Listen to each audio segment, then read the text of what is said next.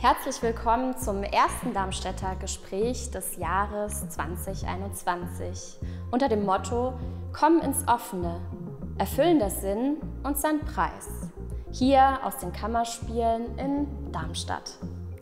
Mein Name ist Theresa Kaya und ich werde heute das Gespräch moderieren.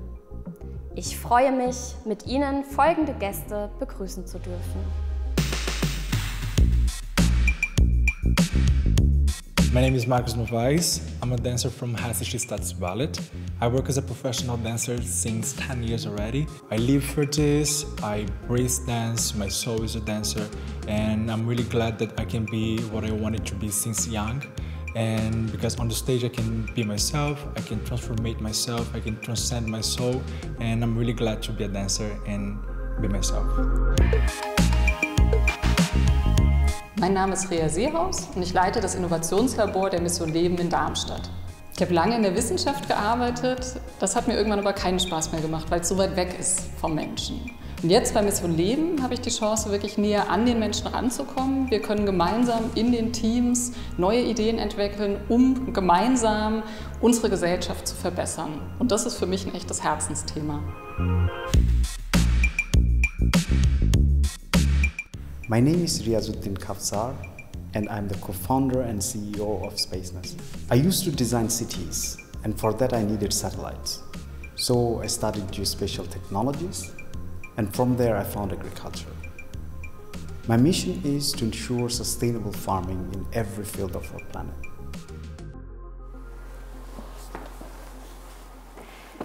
Ja, herzlich willkommen.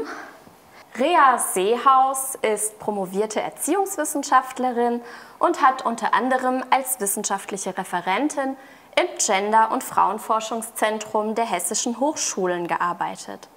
Seit November 2018 leitet sie, unterbrochen von einer längeren Krankheitsphase, das Intralab, das Innovationslabor der Mission Leben hier in Darmstadt. Schön, dass Sie hier sind. Danke. Marcos Novais is a professional ballet dancer and since 2019 an active member of the Hessisches Staatsballett. Before he left for Germany in 2017, where he first started to dance in the Stadttheater Augsburg and in the Staatstheater Augsburg, he was a member of the ballet in Sao Paulo in Brazil. Thank you, Mr. Novais, for being here. And here is Rhea Kawsar. He has started as an urban planner, but then space caught his passion. And from there, he found agriculture. With many years of experience in remote sensing and satellite technologies, he pushes the boundaries of ag-tech innovations to feed the world sustainably. To pursue his mission, he has founded his first startup, Spacenus, in 2015, and the second startup, SolarRoll, in 2019, with the goal to ensure sustainable food production in every field of our planet. It's a pleasure, Mr. Kawsar, to have you. Thank you.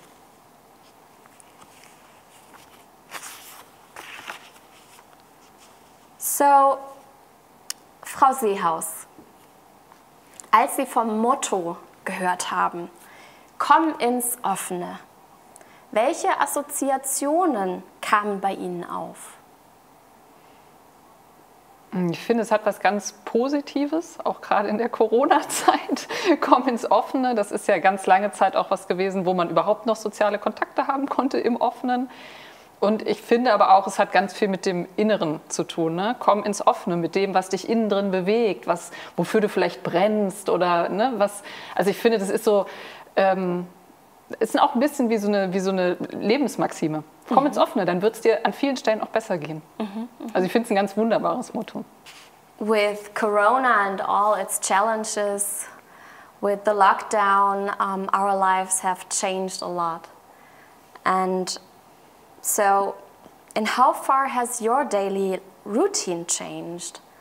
Mr. Novais, what structures and rituals are still important to you? Well, during this corona situation, my routine changed 100%. If I say like about my job, we are used to rehearse, to create a choreography, to bring something on the stage, to receive a public, and now that we need to keep this distance between also inside the studio, we cannot be connected with the dancers, we cannot touch the dancers. It's impossible to have a partnership, to leave the ladies. And it's kind of everything collapsed somehow because we are really sensitive about care, about touching, being together, and now we need to be apart. Of course, like the situation that we need to be healthy, we need to take care of our health. We are working now for our future, but it changes completely. And are you still exercising? Like I try to. I mean, we are still working, luckily. And then at least a ballet class a day we can do, and then I can still keep my body in shape. I also do some outside yoga practices, meditation practices, everything that I can calm down my soul, myself, and just accept the situation, expecting for a good thing in the future. But anyway, my body is still in movement. It's always in movement. I cannot just stay at home watching television and eating because I feel that it's not me. I need to be in movement. I need to feel body pain. I need to feel muscle pain. I need to feel exhausted because then I feel myself complete. So how can we imagine, because we are all not dancers, so are you standing in front of your notebook and doing an online class, or do you like imagine your own choreographies or just exercising the ones you already learned? Yeah, beside my side dancer, I'm also a choreographer. Okay. And in this situation, I had lots of time to develop new choreographies and new stuff that I want to create in the future. And then, luckily that now we can do lots of stuff online. And then I got lots of connections with Brazilian friends where I'm developing choreographies, I'm giving workshops, I'm teaching ballet class, contemporary class. And then it means I'm always in movement and in a creative process somehow. It's really hard to create a choreography, let's say, to a Zoom, to a screen, not being personal with the person that you can share, you can touch, you can feel how the rehearsal is doing, but it's been a nice challenge, let's say. Yeah, At least sounds we're like going to it. bring something good for the future, I might say. Right. Well, we are looking forward to those choreographies of yours. Me too. So, yeah, Mr. Kawsar, and how far has your daily routine changed? Are there any changes? I mean, definitely. Such a global scale event, it changes everybody's life, and I'm not immune to that. So there are also a lot of change appeared in my life, and some are my work related, some are my family related. So the work related life, what I've changed is, of course, now we do not go to the office anymore, so I do not meet my team every day anymore. So first I thought how we would manage it, but later on what we find out that actually we are meeting much more in online, which saves a lot of travel time, and it also made us very close to the teams which are sitting offshore. So we are meeting much more frequently. So it turned out to be positive. But where we got stuck is in our innovation process. How is that? So, of course, through meeting online and working from home, it enhanced our productivity. But creativity, innovation, I think still requires meeting in person. Yeah? So that the discussion can be much more vibrant. And I think this piece is still missing.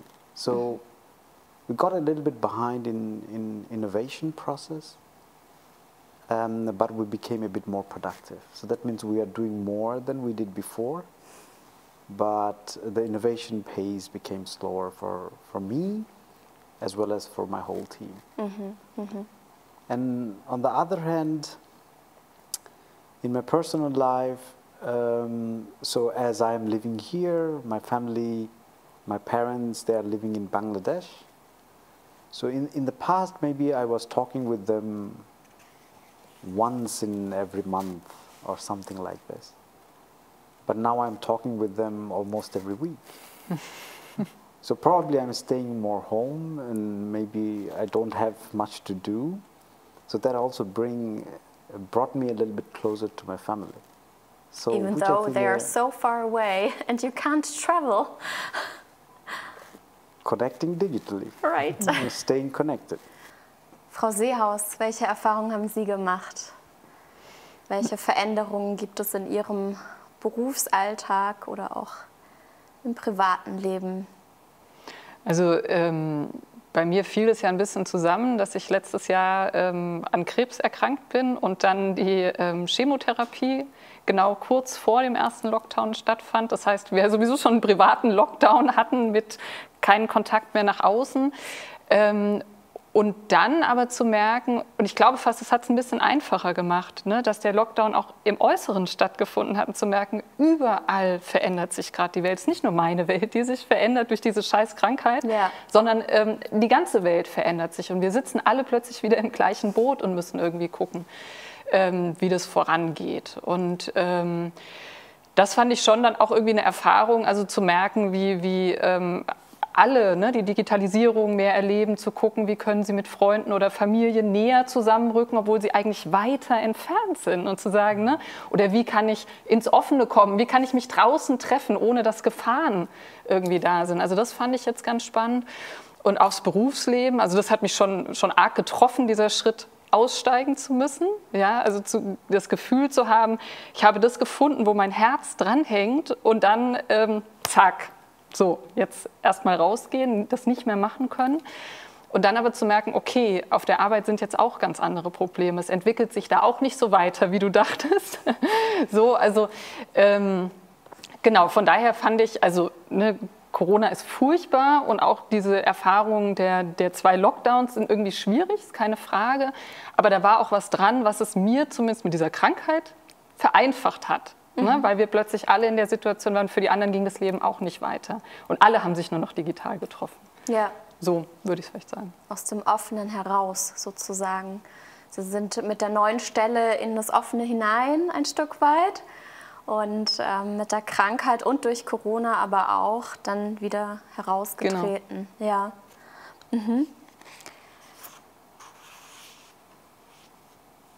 So, Mr. Kawsar, was there a special happening when you knew you found your calling?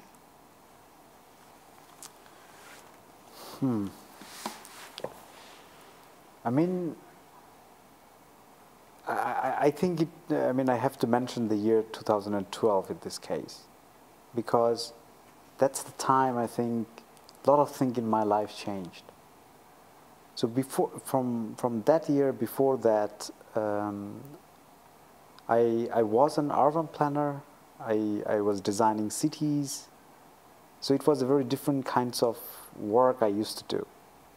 But in 2012, I had my master's degree in geospatial technology in University of Münster, and there I met a friend who gave me this idea, maybe we should have a look in wars in Africa. And then I started having a look, okay, why there are wars happening in Africa, and if we wanted to predict what's going to happen in coming 10 to 20 years' time, what could happen and what could be the triggering points that the war increases in Africa. And in my master's research, I found that when the global temperature rises by 1 degree, there is about a good 15 to 20% probability increases that there would be a war. And this is simply due to the fact that climate change is impacting agricultural growth in Africa, and that is leading to the war in the following years. And then I thought, okay, maybe I want to do something, I wanted to make an impact, in which I thought this is the way I could do or contribute. And that is like how we can ensure that the farmers are profitable and we will have enough food so that we can feed the coming global population, and at the same time we can build a resilience around agriculture. Then I thought, okay, I studied satellite, which helps us to monitor the planet, sitting at home, kind of. And on the other hand, agriculture is something which is the industry actually which attracted me from then on. And actually that's the time I thought I knew exactly what I wanted to do. To do something or to assist the farmers growing enough food in a sustainable manner so that the growing global population will have enough food all the time. That's what I wanted to do from then on. And I think that was my aha moment. Thank you. Frau Seehaus, gab es einen bestimmten Auslöser, der Ihnen gezeigt hat, das ist meine Berufung, das ist der Weg, den ich gestalten möchte?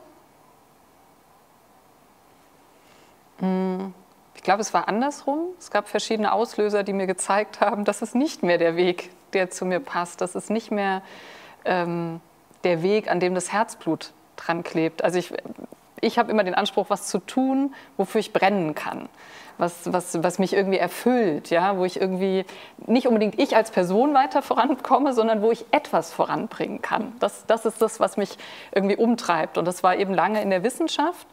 Und dann gab es eigentlich so zwei Auslöser. Das erste war die Geburt unseres zweiten Kindes und die Elternzeit danach und dann einfach die Zeit, darüber reflektieren zu können. Was will ich eigentlich? Wo stehe ich denn da? Was erreiche ich mit meinem Beruf oder was erreiche ich auch nicht? Und dann zu merken, die Wissenschaft ist irgendwie ein ziemlicher Elfenbeinturm. Ich komme da gar nicht so raus. Ne? Ich kann da irgendwie mal rausgucken, aber ich komme gar nicht an die Leute ran. Mit den Erkenntnissen, die ich da kreiere, passiert relativ wenig. Und das war dann schon so ein Punkt, da ich dachte, irgendwie ist nicht ganz das, was ich machen will. Und dann ein Jahr später bin ich an Rheuma erkrankt, also war nochmal eine große Krankheitsphase. Ich gesagt habe, okay, jetzt muss ich aber definitiv was ändern. Das nehme ich jetzt nochmal als Auslöser, wirklich zu gucken, zu suchen. Und dann wusste ich aber auch gar nicht, was ich eigentlich will. Ich konnte das gar nicht sagen, außer zu sagen, also Wissenschaft und Wissenschaftszirkus möchte ich nicht mehr. Ich möchte irgendwie an Menschen ran, aber was heißt eigentlich an Menschen ran? Ja, wie nah will ich eigentlich ran oder wie weit weg will ich dann doch bleiben? Also das fand ich war schon auch so ein bisschen eine Phase, die so ein bisschen hakelig war. Und ich dann gedacht habe, aber irgendwie ist immer irgendwo eine Tür aufgegangen. Irgendwas passiert immer. Man muss sich manchmal einfach treiben lassen, um dann zu gucken. Und dann kam diese Stellenanzeige von Mission Leben und ich dachte, das klingt irgendwie gut, jetzt probierst du mal. Und dass ich da aber so mein Herz verliere, war mir am Anfang auch nicht klar. Bin jetzt aber sehr, sehr froh, dass es so gekommen ist. Und ich glaube tatsächlich an so einer Stelle, also das, was ich dort mache, Leute dabei zu unterstützen, gute Ideen voranzubringen, um Gesellschaft besser zu machen, lebenswerter zu machen und für Menschen in Notlagen neue Angebote zu schaffen. Ich glaube, das ist eine Stelle, die passt total gut zu meinem Inneren. Und das ist der Punkt, den ich vorher auch ganz viel gesucht habe, ohne es hätte so benennen zu können. Genau. Ja, es klingt, als hätten Sie durchaus auch die schwierigen Situationen nutzen können, um auch sich selbst ein Stück weit auszutarieren. Ja? Also wo möchte ich eigentlich hin? Wo zeigt mir mein Kompass den Weg? Genau, also ich finde, jede Lebenskrise, und es ist ja egal, ob das Krankheit ist oder ob was weiß ich was passiert, ist ja auch immer eine Chance, nochmal zu überlegen, wie sind denn meine Lebenskoordinaten gerade? Wo stehe ich da? Wo möchte ich stehen? Wie will ich mich vielleicht neu ausrichten? Auch, finde ich vielleicht, weil man sich selbst, aber auch Gesellschaft einem da ja Freiräume gibt. Wenn man in einer Lebenskrise ist, dann kriegt man auch Freiräume zugesprochen, dass man sich auch nochmal verändern darf. Na, das ist vollkommen in Ordnung. Das so einfach so aus dem laufenden Leben heraus ist das oft ja so ein bisschen schwieriger. Ne? Da wird auch immer so ein bisschen drauf geschaut, aber sobald solche Krisenmomente eintreten, ist es auch sozial anerkannter. Vielleicht gesteht man oder ich mir das dann auch irgendwie selber ein. Aber trotzdem lief das nicht ganz bruchlos. Ne? Das war natürlich auch von außen dann der ein oder andere Kommentar, was ich denn da jetzt mache, dass ich von der Wissenschaft in die Praxis quasi wechsle. Ja, Das ist ja nicht der Schritt, der unbedingt beliebt ist. Choosing a new path often means to leave other paths behind. You already mentioned that you had to choose which way you want to go. And what goodbyes were there along your way? Of course. To reach a certain point, there are multiple decisions. Not only me, everybody usually have to take. So I also took those, some decisions, as I was mentioning that before 2012 it was a random choice. But after 2012 there was also decisions where I had to really think and make a choice. For an example, after I finished my master's degree, I thought, okay, maybe I want to become a scientist, because this is the way where I can contribute most and find a way to find a solution so that we can address this agricultural productivity problem, which also requires resilience due to the climate change. So I wanted to become a scientist, so the path what I could took is starting a PhD. But there was also another choice that, okay, another choice was I could work for a corporate who actually is doing the thing in the ground, so that they are more into action. So I can go work for them and build tools and technology so that the farmers can get benefit out of it. So here comes the choice, okay, though I like and I wanted to do science, but business was not my comfort zone. But I thought, okay, this is the way I want to go because probably this is a quicker way to reach the goal what I wanted to go. Yeah, making a larger impact in short amount of time because we do not have much time to save our agriculture. So that's why I had to quit my PhD and I started working for companies where I could bring those technology in the ground so that the farmer can really use it and get benefited out of it. So this was not an easy choice, but I think this was the choice I need to make because I thought with this choice I can reach my goal much faster. And it turned out to be right. So it was a good call I made at that time. And I'm lucky that it brought me up to here, where I am today. And so when you mentioned that you had to leave your comfort zone, that did it also mean to show yourself more? So at that time the science for me was about having a look on what is happening. So it's an asynchronous process. That means you can have your time, and you can wake up at 3 a.m. in the night and do your task and go to bed at 9 a.m. So it was flexible. It was tough, but it was flexible. But in business, I have to do the business in the business hours, for an example. Right. So that means getting up, dressed up, and go to work, interact with people. You like it or you do not like it, but still you go with the flow because this is what you have to make to reach your goal. So these are very small examples, but it actually affects our happiness. Of course, absolutely. And so those are the things was tough for me at the beginning. And so that's why I said it was not my comfort zone. But when I started doing it, when I started living that life, then at some point it became a part of my life. So now it's not that difficult anymore. So the mountain is not that high anymore. So sometimes we have to come out of our comfort zone to reach our goal if we have an ambitious one. Yeah. Thank you. So, Mr. Novais, being in the open can also mean to leave limitations behind and show yourself. In how far have you found new ways to be in the open? Because with the lockdown, you couldn't show yourself. And what still makes you a dancer without performing? I think what makes me a dancer is everything. Because it's not that I can do pirouettes and then I can lift or grow that makes me be a dancer. I see dancing in everything, I see art in everything. For example, a choreography is a connection of all the arts. It's music, it's visual, it's movement, it's feeling. And then me being a dancer, I can see art in everything. I go in the bus stop and I'm waiting for the bus, and the way I see the leaves moving, the way I see the people walking, for me is already a choreography. And that's why for me, dance is everything.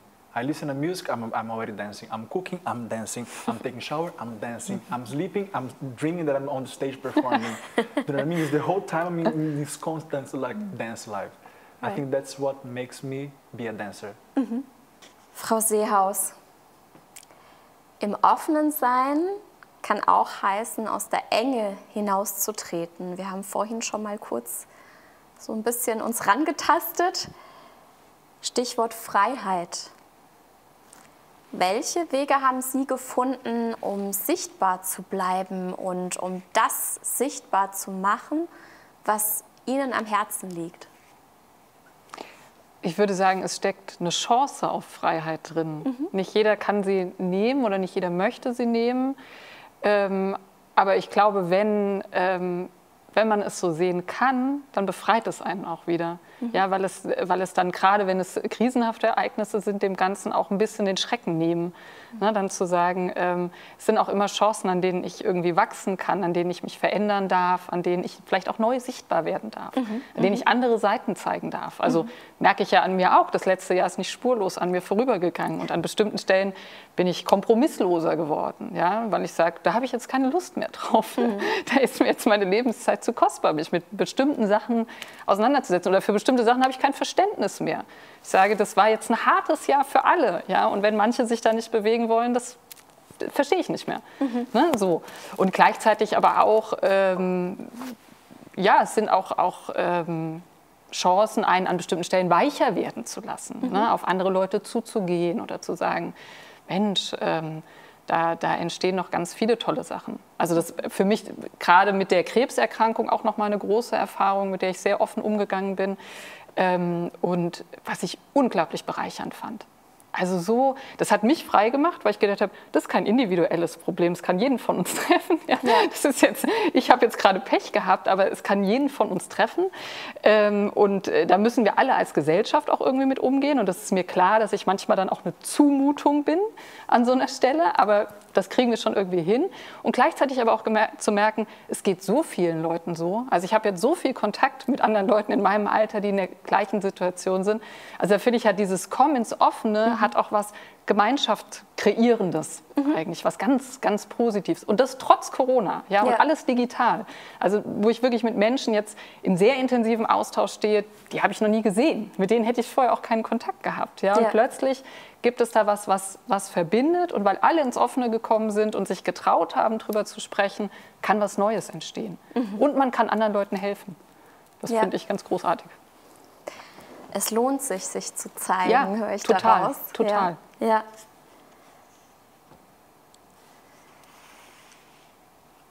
So I have this one question for all of you. I think it's a nice question. So I'm excited what you think about it. So what was your favorite failure that pushed you forward? Was war der liebste Misserfolg, der Sie wirklich weiter nach vorne gebracht hat?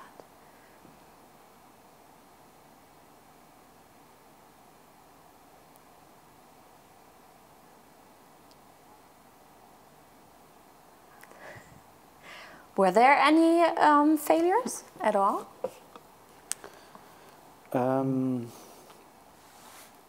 after I finished my master's, I applied for a PhD position in the United States. So I wanted to go to Caltech.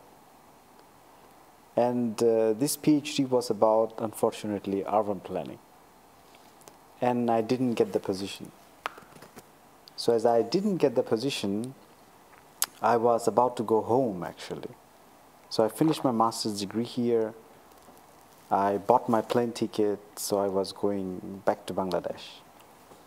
But then I got this call from the company, hey, do you want to work with us? So it was about agriculture, very attractive. But then I bought my ticket and I planned, so I'm going home. Mm-hmm. So this guy convinced me, okay, come, we drink a coffee together. If you do not like, you leave. I drop you in Frankfurt Airport. That's why I actually came to Darmstadt. Mm-hmm. So I was ready, my bags are packed, I'm going home. But before I go, I wanted to meet this guy. So I came and then we talked for some hours and then he said, okay, here is an apartment we organized for you. And if you like, you can start tomorrow. And actually, I never left. So this position, what I didn't got in Caltech, actually helped me to start what I wanted to do, to feed to find solutions so that I can feed the global population. Mm-hmm. And this job actually was the thing what I needed. Mm-hmm. But at that time I didn't realize, but I can realize today it was a good choice. Mm-hmm. So from failure, I think it also made me who I am today again. Mm-hmm. Thanks for sharing. Mm-hmm. Well, what I can say about my experiences is that once I worked with a choreographer, that he basically hated me. On that time, like everything that I was doing was wrong. Everything that I was doing, like, you cannot dance. What are you doing? Why did you decide to be a dancer? You not even know how to do a port de bras. And for me, it was like so strong. You know, like this old teachers and master that they treat the mm-hmm. students like.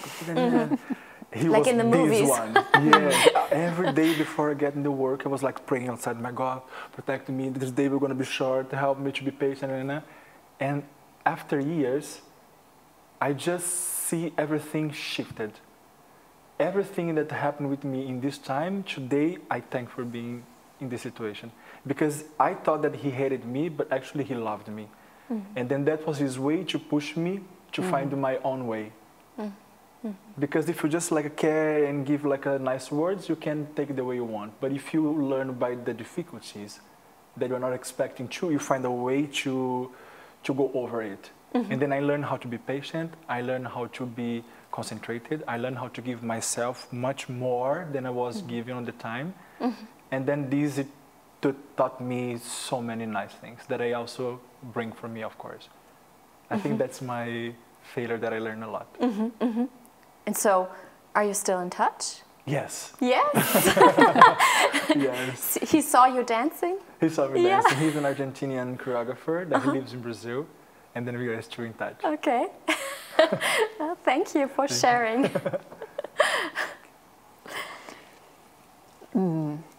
Ich glaube, ich habe keinen Lieblings-Mistake, den ich irgendwann gemacht habe. Also ist ja auch immer irgendwie schmerzhaft zu scheitern. So, ich glaube, ich habe lange Zeit zwischendurch gehadert, ob diese Doktorarbeit ein Fehler war, weil es währenddessen irgendwie dann auch sich zäh angefühlt hat oder angefühlt hat, als zahle ich einen sehr hohen Preis dafür, sie zu schreiben. Ne? Also Verzicht irgendwie auf Privatleben und kein Wochenende mehr und was weiß ich was. Da geht es mir jetzt ähnlich so wie Marcos, dass ich jetzt sagen kann, es hat mich ganz viel gelehrt. Ja, ich kann ganz viele Dinge, diese Situation dort, mich viel, ne, das analytische Denken und was weiß ich was, das ist definitiv gut. Aber ja, ich würde sie jetzt auch nicht mehr als Fehler betrachten, ne, das auf keinen Fall. Aber ansonsten hätte ich, glaube ich, nicht so ein Schlüsselereignis, ich jetzt sagen würde, das hat mich weitergebracht, sondern es sind dann, glaube ich, wirklich eher diese Lebenskrisen gewesen. Ja, Sie haben ja eben schon erwähnt, dass es auch immer schmerzhaft ist zu scheitern. Aber wofür brauchen wir das Scheitern?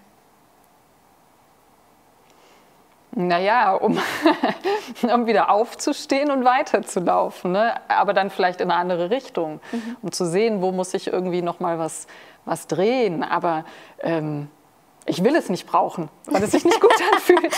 Ja. So, also ich glaube, das teilen wir alle irgendwie. Ne? Keiner scheitert irgendwie gerne, auch weil es ja immer so ein bisschen die Frage ist, man hat sich vielleicht als Person irgendwo reingeworfen, ist ins Offene gekommen, man hat sich gezeigt und man hat eine Abfuhr kassiert. Es kam nicht gut an oder es hat nicht funktioniert. Also ich finde, da ist irgendwie was dran. Das kränkt ja auch. Ne? Das ist sowas, möchte man nicht, aber ich glaube, sobald man es drehen kann, zu sagen kann, ja, es sind aber auch Chancen. Chancen, sich weiterzuentwickeln, in eine andere Richtung zu gehen, nochmal genauer hinzugucken, vielleicht dann erkennen zu können, was man alles gelernt hat. Da ist ja auch irgendwie was Tolles dran. Ja. Aber schöner wäre, wenn man einfacher dahin kommen würde. Ja, ja. Und weshalb ist es besonders schwer, im Offenen zu scheitern? Weil es sichtbar ist, weil jeder sieht, wie man losläuft und hinfällt und sich dann aufrappelt mit aufgeschlagenen Knie, sich die Hose noch sauber machen muss. Das ist ja eine Situation, die ist ja gesellschaftlich nicht wirklich anerkannt. Und ich finde, in dieser Start-up-Szene kommt das so langsam, dieses auch mal scheitern dürfen oder dass wir anders drüber sprechen. Aber in der Gesellschaft ist das noch nicht so richtig verankert, zu sagen, Fehler sind auch dazu da, um zu lernen. Also wir sind keine fehlerfreundliche Gesellschaft, würde ich sagen. Brauchen wir mehr Raum fürs Scheitern? Ja, definitiv, weil ich glaube, dann ist es auch Raum für Wachstum. Dann kann ich Sachen ausprobieren. Und wenn ich weiß, das hat jetzt erstmal keine schlimmen Konsequenzen zu scheitern, dann traue ich mich vielleicht auch viel mehr. Dann kann ich noch mehr ins Offene kommen, ne? Kann noch einen Schritt nach vorne gehen. Anstatt wenn ich weiß, da kommt gleich irgendwie der Hammer von oben, dann ist es irgendwie schwierig. Erste Formate gibt es ja auch schon, die Fuck-Up-Nights zum Beispiel. Da wird es ja regelrecht zelebriert, sich im Offenen zu zeigen und im Scheitern zu zeigen. Ist das auch eine Situation, in der Verbindung geschaffen wird? Ich glaube, man kann sie dafür nutzen, ja, um auch so zu sehen, anderen geht es ähnlich. Ne? Die hatten auch schon mal Punkte, als die Hosenbeine aufgeschlagen waren und sie wieder aufstehen mussten. Und das ist vollkommen in Ordnung. Also ich glaube, es hilft zumindest eben nicht mehr. Also ich finde, Scheitern, so geht es mir, ist immer so ein Ding, das ich dann schnell persönlich nehme und sehr individuell sehen, zu sagen, nein, manchmal liegt das auch einfach in der ganzen Struktur, dass man einfach scheitern muss, dass wir alle mal scheitern. Und ich glaube, da können definitiv verbindende Elemente stehen, weil man es dann ein bisschen von der eigenen Person wieder wegheben kann, sehen kann, ja, den anderen geht es genauso. Ja. So. Ja. Mr. Novais and Mr. Kawsar, you were mentioning earlier on that you had to leave your hometown and your family. So, what else did you have to give up to thrive? And I can only imagine how hard it must be to leave your family behind. So, how does it work for you? What made you nevertheless choose your way?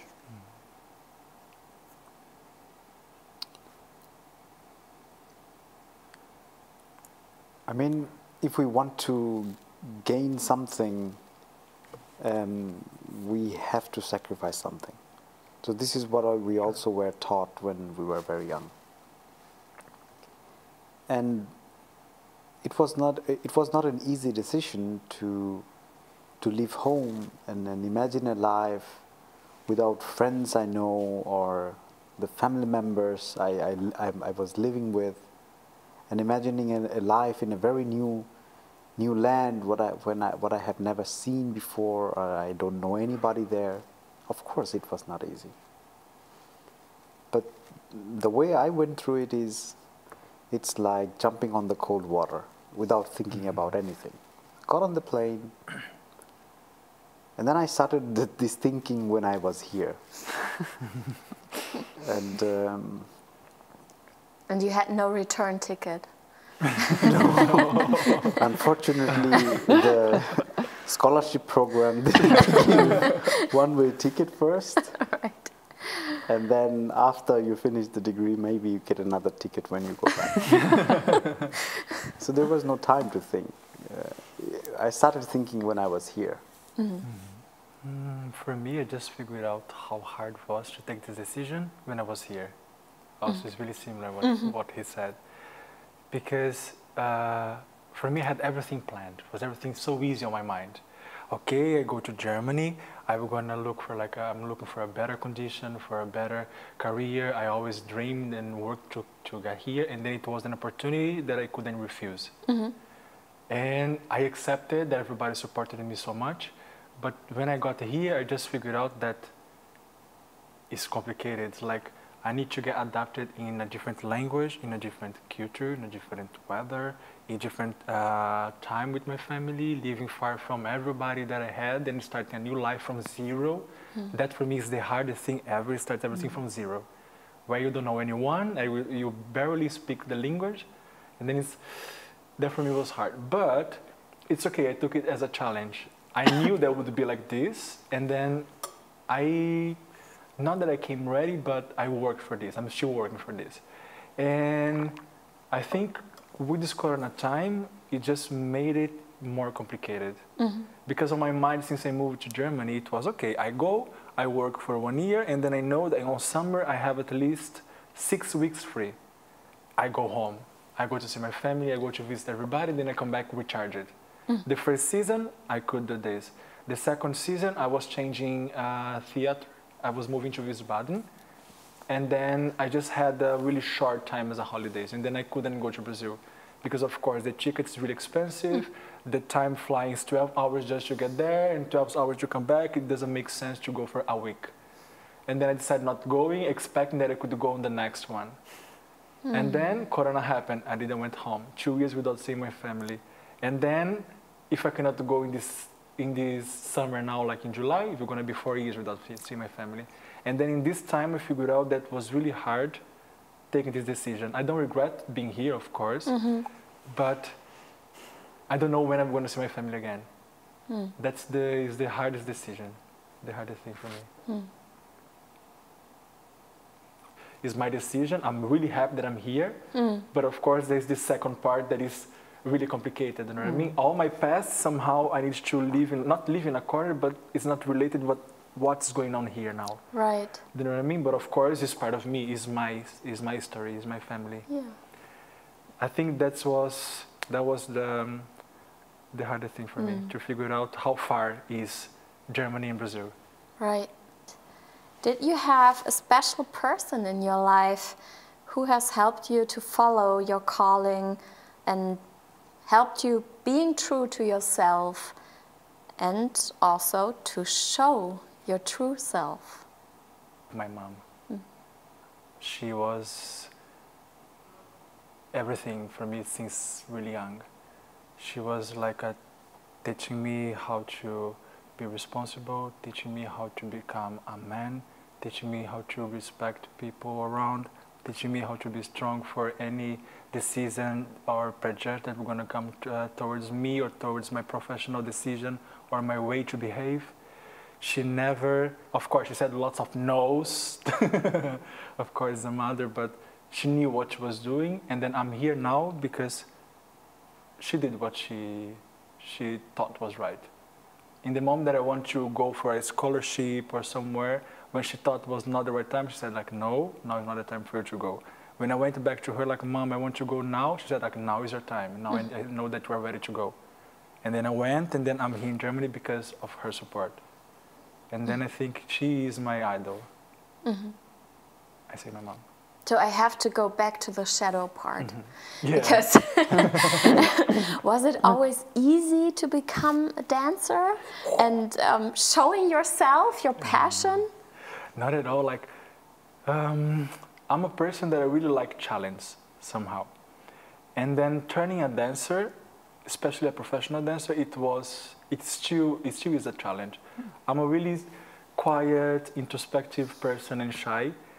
And sometimes on the stage, I need to perform or be a character that's completely opposite of my personality. And this is a challenge. I need to make this character come true and show a real something for the public. Then I think I'm always being challenged. That is why the darkness can always have a light. And Yeah. And how was that in your youth and your childhood? What experience did you make when you told people, well, I'm a dancer? Yeah, I was really shy.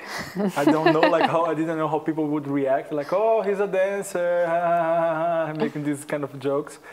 And then I didn't care because my mother always said, like, you need to say what you are. You need to tell people what you are doing. If they don't like what you are doing, it's their problems.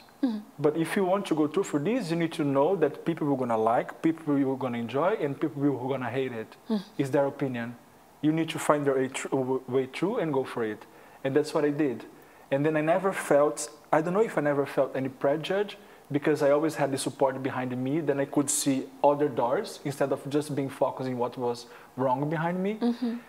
And it helped me a lot. But later, for example, I had lots of friends from the school, that they knew that I was dancing. I was always performing, like in the how do you say, in parks, in street festival, or like the the end of the season when the school was doing the performance for the parents. I was always inviting my friends, and especially the men.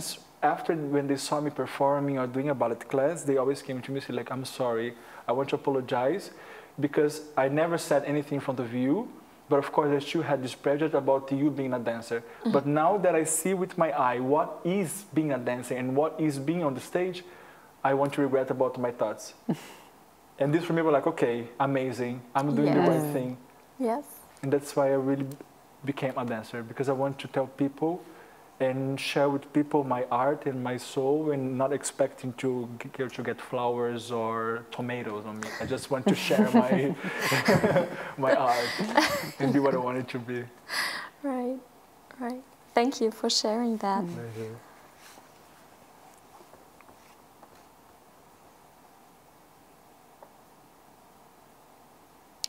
Wie war es bei Ihnen, Frau Seehaus? Hatten Sie eine Person, eine Begegnung, die Ihnen geholfen hat, auch Ihren Weg weiterzugehen?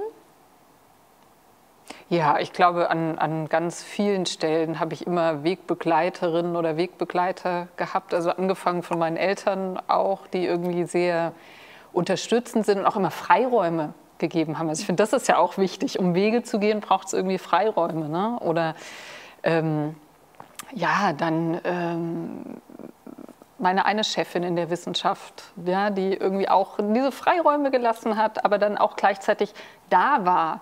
Ne, das ist ja auch wichtig. Nicht nur Freiräume lassen und einen ins Bodenlose stürzen lassen, sondern sagen, aber wenn du mich brauchst, ich bin da, wir können Teile des Weges gemeinsam gehen. Mein jetziger Chef ist so jemand, wo ich sage, ne, das ist auch ganz, ganz klar so, also für mich so eine Person, die mir da weiterhilft. Oder dann auch zu Hause mein Mann, ganz klar. Ja, das, was ich manchmal an Wegen gehe, das muss einer mittragen. Ne? Der muss sagen, ja, das ist in Ordnung, dass du wieder einen Projektvertrag für ein Dreivierteljahr annimmst.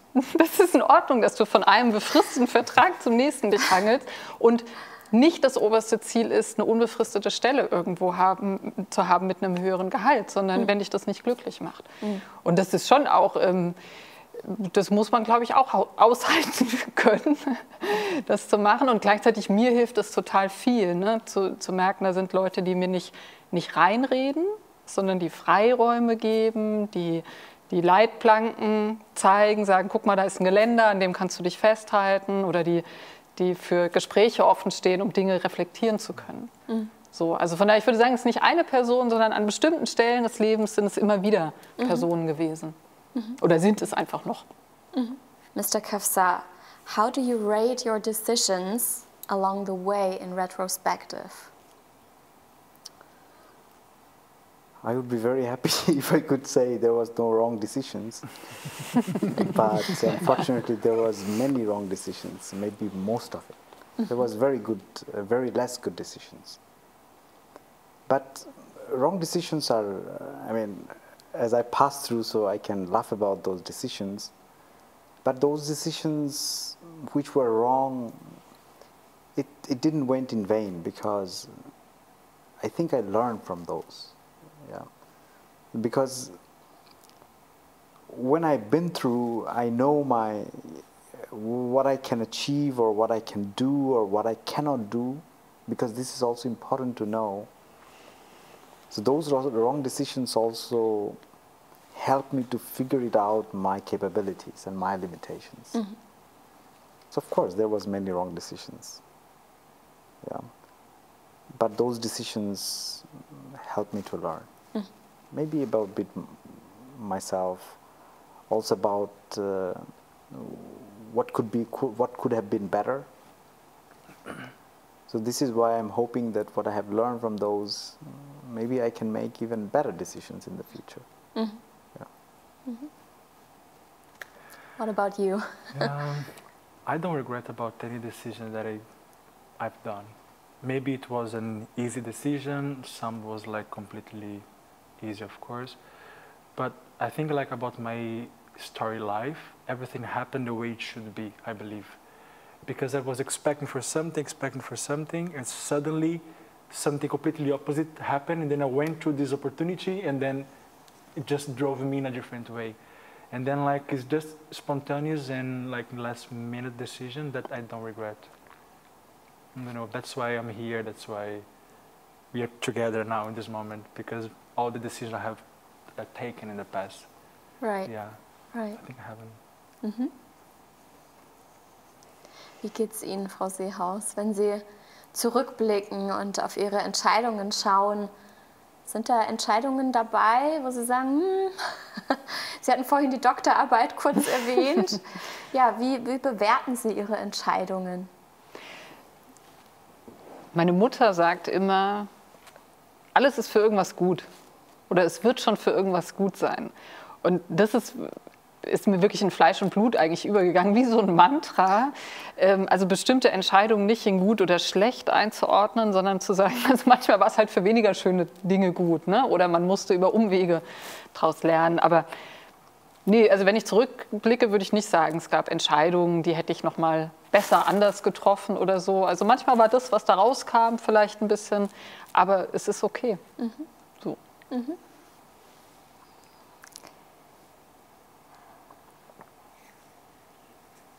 Ja, auf unserem Weg nehmen wir in den meisten Fällen auch einiges an Gepäck mit. Und Frau Seehaus, was würden Sie gerne hinter sich lassen und was würden Sie auch ganz gerne mitnehmen weiterhin?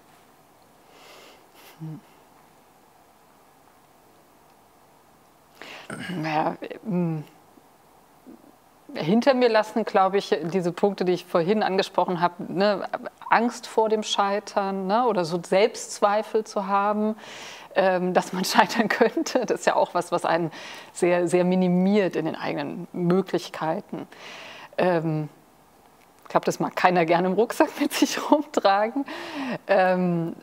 Und viel lieber würde ich noch reinstecken, mehr Selbstvertrauen sich an bestimmten Stellen zu zeigen, für sich einzustehen. Also vielleicht auch gerade für sich selbst einzustehen, weil ich glaube, für andere einstehen, das kann ich auch ganz gut. Für mich selbst, das fällt mir manchmal schwierig. Genau, aber das wäre was, wenn mir das jemand in den Rucksack packen würde, ich würde nicht Nein sagen. So, Mr. Kawsar, as we travel along our paths, we carry in most cases some luggage with us. And what luggage would you like to leave behind? And what stuff would you like to keep?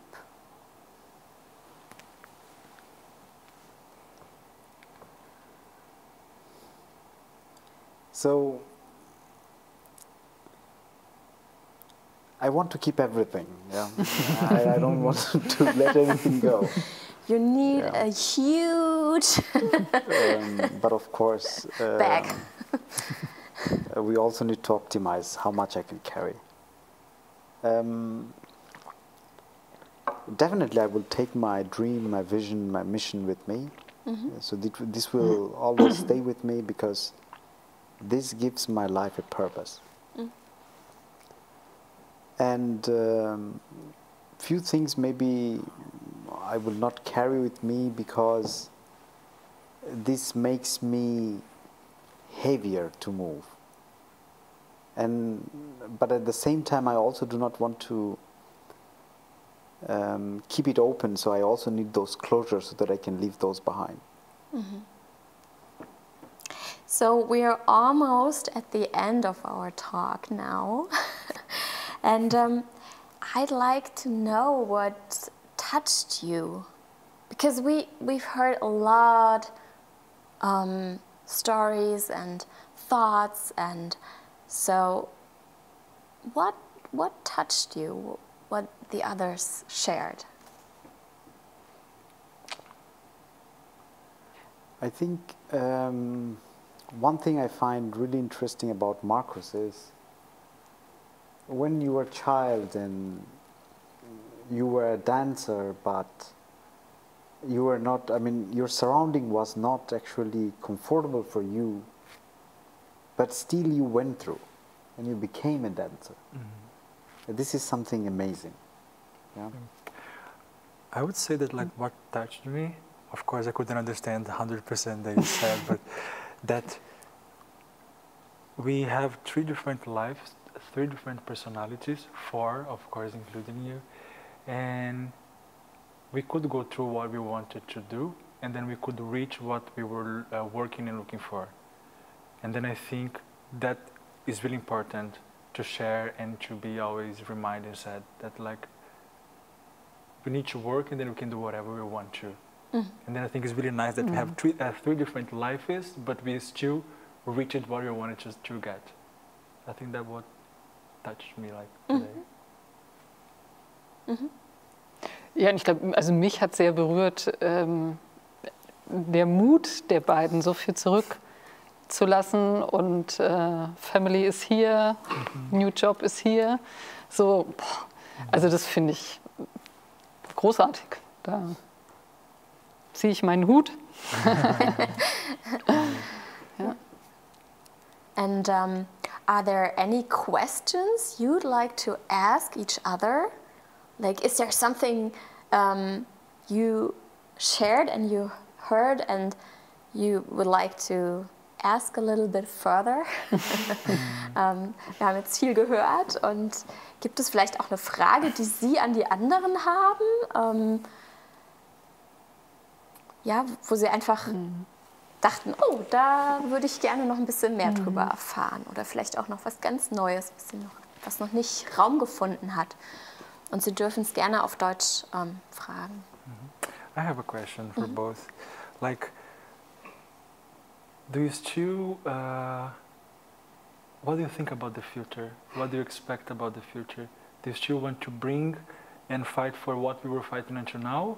Or if something needs to change, we're going to change? Or, I don't know, how is the expectations about from the future? So,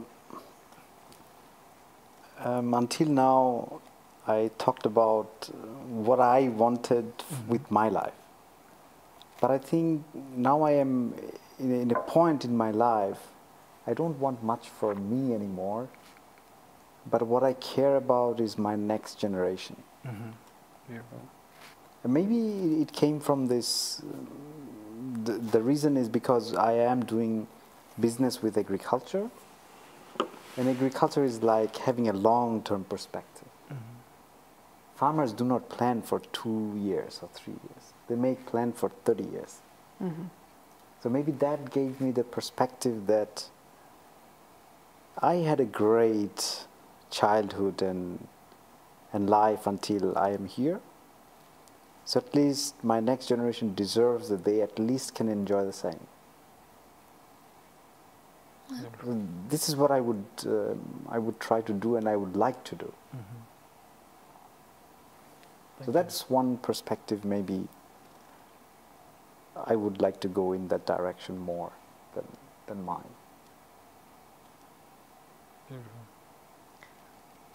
Ja, ich würde da direkt anschließen.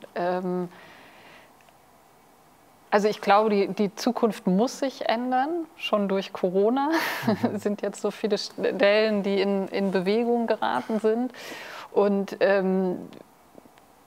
für mich ist es auch ein Teil meiner Mission, zu sagen, da mit Bewegung reinzubringen an bestimmten Stellen. Das macht mich glücklich, das macht mich zufrieden. Ja, das ist das, dass sich Gesellschaft verändern kann, dass sich Zukunft irgendwie verändern kann. Und gleichzeitig glaube ich aber auch, wenn wir ein Stück weiter sind noch mit Corona und Corona wieder etwas kleiner ist, es wird sowieso alles bunter. Wir werden mehr tanzen, wir werden wieder mehr singen, wir werden wieder näher kommen. Also da ist sowas drin. Selbst ohne unser Zutun wird da schon was passieren. Und gleichzeitig habe ich aber auch so den Anspruch, ich würde gern was voranbringen. Ja. So, I believe hearing your stories and your thoughts will definitely encourage more people to be out in the open. And is there something you would like to give them as a gift?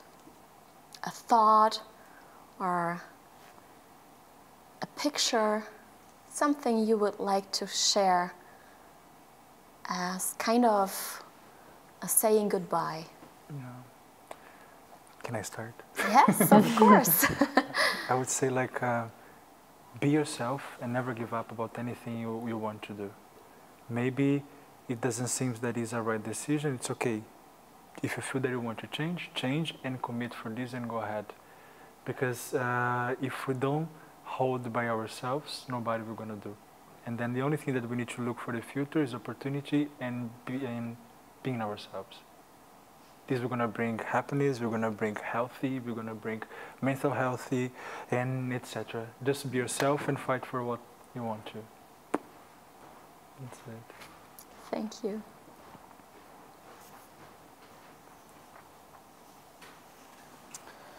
Maybe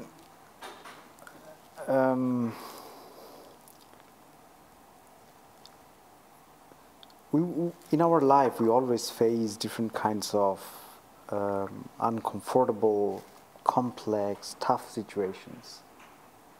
And sometimes it feels like we can't get out of it. Mm-hmm.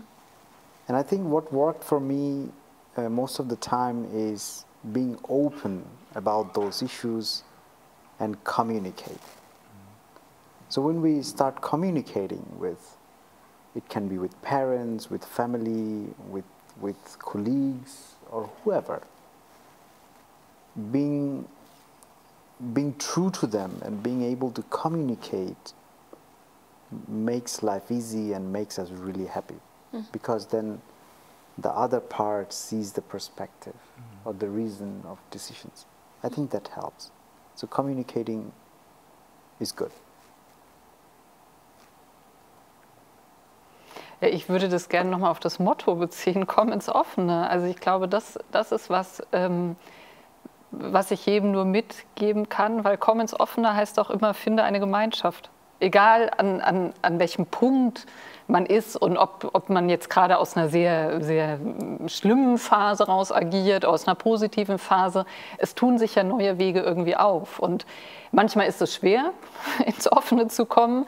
Dann kann man vielleicht auch erstmal im Windschatten von anderen Leuten mitfahren. Aber ich glaube, das ist was, was sich jeder irgendwie mitnehmen kann, was einen unglaublich befreit. Mhm. Ja.